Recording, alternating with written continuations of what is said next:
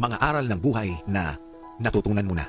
Sana, una, magpatawad kahit hindi humihingi ng sorry. Ang pagtanggap sa mga nangyari ay isang sign na nakaka-move on na ang isang tao. Huwag hayaan na mga pananakit ng ibang tao ay kalimutan ang magandang plano mo sa buhay. Lalo na kung ikaw ay guided ng Diyos. Huwag paalitin sa galit na hindi mo deserve. Ang mga anger na ito ay nakaka-block ng mga blessing mo galing sa Kanya. Pangalawa, may mga tao talagang hindi kayo click. Katotohanan ng buhay. May mga taong kahit anong gawin mo ay hindi kayo magkakasundo.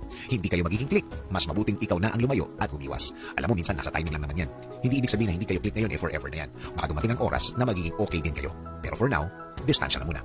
Pangatlo, mahalin ang sarili, irespeto ang sarili. Huwag hayaan na may mga tao na bumabastos sa'yo. Huwag silang hayaan na saktan ka ng dire-diretso. Tandaan, kung sinita o kinausap mo na sila sa umpisa, wala nang susunod dyan. Sa'yo naman lahat magsisimula yan. Sa'yo naman lahat yan. Didepende. Tandaan, bago mo ma-expect na irespeto kanila, dapat umpisahan mo muna sa iyong sarili. Pangapat, ang lahat ay nagbabago at mababago bawat segundo. Walang permanente sa mundong ito, kahit na ang sitwasyon mo. Pero sana, pag nagbago ang sitwasyon mo, hindi paggrabe, kundi pagaan at papunta sa tama. Papunta sa tahimik.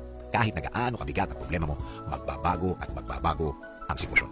Panglima, sa dulo, plano pa rin ng Diyos ang mas mabuti. Oo naman, lahat naman tayo ay kayang magplano. Pero sana, maging bahagi ng plano ay ang pagbibigay mo sa Diyos ng kanyang kamay para gumalaw sa ating buhay. Hindi naman tayo Diyos para maging perpekto ang ating plano.